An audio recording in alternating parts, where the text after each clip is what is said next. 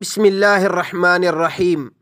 میرے محترم سامعین، آج جو میں آپ کی خدمت میں شرعی مسئلہ ذکر کروں گا اس کا عنوان یہ ہے: ہنسانے والے لطیفے سنا کر، جھوٹی کہانیاں سنا کر، جگتے سنا کر یا مار کر پیسے کمانا کیسا ہے؟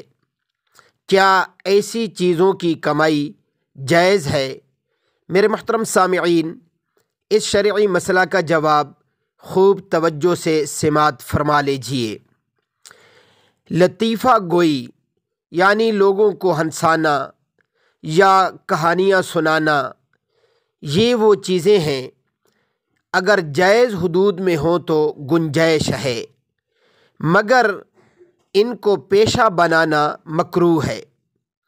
اسٹیج شو، ڈرامے اور ناچ گانے کی کمائی حرام ہے۔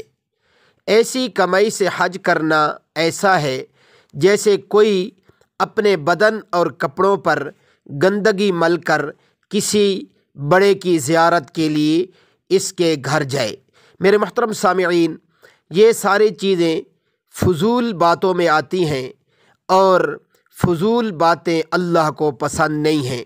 اللہ فرماتے ہیں: والذین هم عن اللغو معرضون۔